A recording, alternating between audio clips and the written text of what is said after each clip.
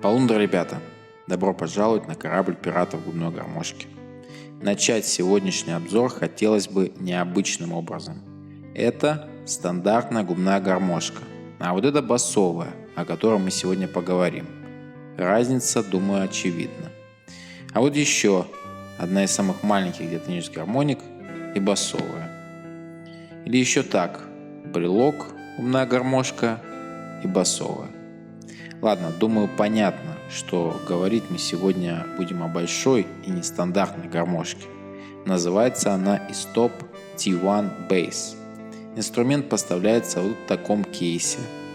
Кейс местами смотрится не очень, но в целом норм. А самое главное, у него есть ручка. И знаете, что-то есть в том, чтобы нести так гармошку. С одной стороны, клево, что большинство гармоник можно легко сложить в, например, рюкзак, и совершенно не беспокоиться о том, что прикладывают дополнительные усилия для переноски. Если, конечно, гармошек не очень много. Но с другой стороны, когда идешь, к примеру, на студию с таким инструментом в кейсе, то более явственно чувствуешь себя музыкантом, что ли. Точнее, это становится очевиднее окружающим, хотя мало кто догадается, что здесь лежит именно губная гармошка. Кейс на молнии, удобно, внутри тряпочка и непосредственно бас. Тряпочка обычная. Это не то чтобы претензия, но к необычной большой гармошке хочется соответствующую тряпку. Но что имеем, то имеем. Гармоха. Для начала, почему же она такая большая? Тем более мы уже обозревали одну басовую гармонику, и она была гораздо меньше. Дело в том, что та гармошка была гибридной. Если говорить об исключительно басовом инструменте, то он бывает вот таким: однорядным с одним корпусом или двурядным с двумя. Основная разница в том, что в двухрядных гармониках на одно отверстие приходится по два язычка, настроенных в октаву, так что по сути вы всегда играете интервалами. Здесь же приходится по одному язычку на отверстие. Собственно, в язычках как раз таки все и дело, в больших язычках. Ведь гармошка звучит аж на 2 октавы ниже стандартной блюзовой гармохи. Соответственно, язычки должны колебаться с меньшей частотой за счет размеров и веса. К слову, сам инструмент весит почти килограмм, 918 грамм, вот так. Присмотревшись к нему поближе, можно заметить сходство с диатоникой, сплющенной по бокам и в разы увеличенной. Подобно маленькой тряпочке, у гармошки маленькие винты. Смотрится спорно, но функцию свою выполняет. В остальном внешне все почти как обычно. Металлические крышки, пластиковый корпус. Что приятно, надписи и обозначения не наклеены, как на некоторых моделях Estop, а значит продержится дольше и не будет мешать при игре. А вот спереди гармошка отличается. Вместо одного ряда отверстий нас встречают 2. И не 10, не 12, аж 25 штук. На каждое отверстие приходится по язычку. Вот и причина таких размеров. Если присмотреться, то отверстия повторяют черные и белые клавиши фортепиано. Удобно. Впрочем, это особенности этой и еще некоторых моделей. На других подобных гармониках отверстия расположены в ряд, плюс возможны вариации в плане количества отверстий. Что касается этой модели, на верхней крышке расположена шпаргалка с расположением нот. Внешний вид гармошки не идеален, в первую очередь за счет угловатости и размеров. Впрочем, уродливой ее не назовешь. Большая – да. Громоздкая – возможно, но уродливая – вряд ли. С эргономикой дела обстоят сложнее. Очевидно, что обычным хватом гармошку не возьмешь, причем держать нужно 2 руками. Можно, конечно, попробовать и одной, но вряд ли это будет хоть сколько-нибудь удобно. Держать гармошку и микрофон также вряд ли получится, а значит, играть нужно акустически, либо понадобится стойка с микрофоном. Для двухрядных гармоник на такой случай придумали специальные микрофоны, крепящиеся между рядами. В итоге держать инструмент нужно так. И не то чтобы это было неудобно, это скорее непривычно. Гармоника больше и тяжелее большинства своих сородичей. Однако это еще не все. Так как здесь 2 ряда отверстий, то помимо горизонтальной плоскости появляется еще небольшая вертикальная. То есть перемещать инструменты во время игры нужно и так, Итак, но и это еще не все. Гармоника играется только на выдох, не на вдох и выдох, как обычно. И это, пожалуй, самое большое отличие в сравнении с соло-гармошками. Опять-таки, это повлияло на размеры. Будь у нас вдоховые язычки, инструмент можно было бы, наверное, сделать в 2 раза меньше. Но основное – это играбельность. Если на большинстве гармошек можно очень долго не вдыхать, то здесь нужно рассчитывать паузы для вдоха. Усложняет процесс воздухопотери, который здесь весьма и весьма ощутимы. А учитывая множество отверстий и их расположение, быстро на этой гармошке играть проблематично.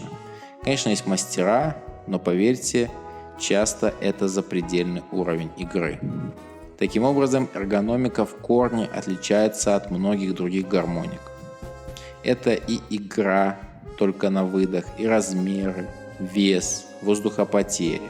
Ладно, прежде чем поговорить о звуке, остановимся на некоторых особенностях инструмента. Диапазон гармошки 2 хроматические октавы, от ноты до большой октавы до ноты до первой октавы. Это не маленький, но и не очень большой диапазон, скорее средний. Хотя для такой гармошки он может показаться недостаточным, но размеры не всегда соотносятся с диапазоном. Так, гармошка Suzuki S48B имеет диапазон 3 хроматические октавы, начиная от ноты до большой октавы и заканчивая до ре второй октавы. Это приличная разница, хотя гармошка меньше T1. Но то, повторюсь, гибридная гармоника. Тем более первая октава – это зачастую прерогатива солирующих инструментов. На гармонике почти нереально играть интервалы. Можно, конечно, играть секунды, но в басовом диапазоне толку от них будет мало. А играть терции или кварты не то чтобы неудобно, можно сказать, практически невозможно, не говоря уже о широких интервалах или аккордах. Бендить на этой гармонике также не выйдет, но оно особо и незачем, ведь инструмент благохроматический. Кстати, подобная разновидность хроматики встречается и на солирующих гармошках, в то время как более привычные хроматические гармоники с кнопкой носят наименование slide style.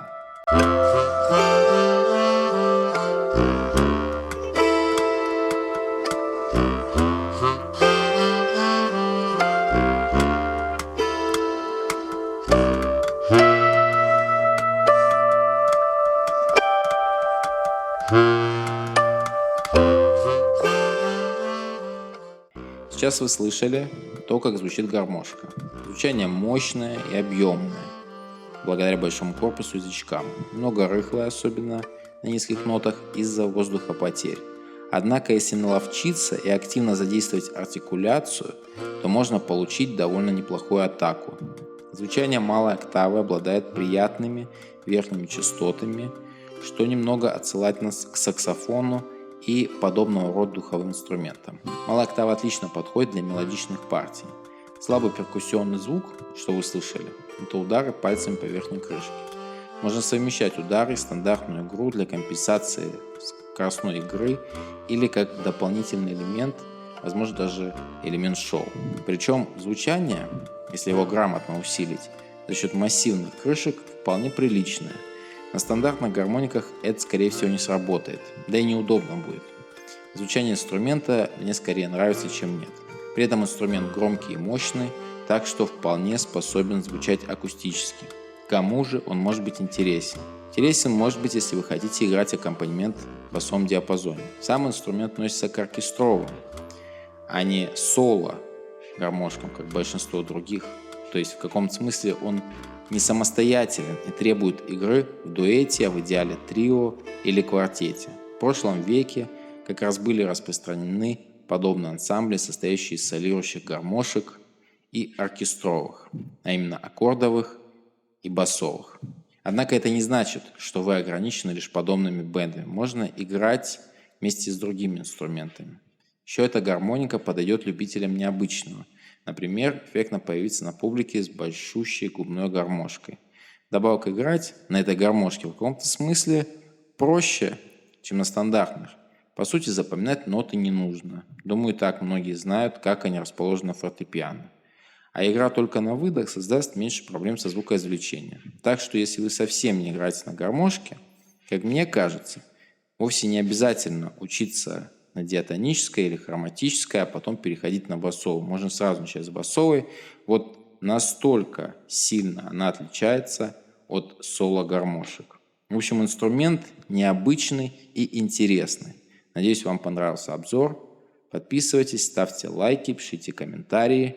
Попутного ветра. Пока.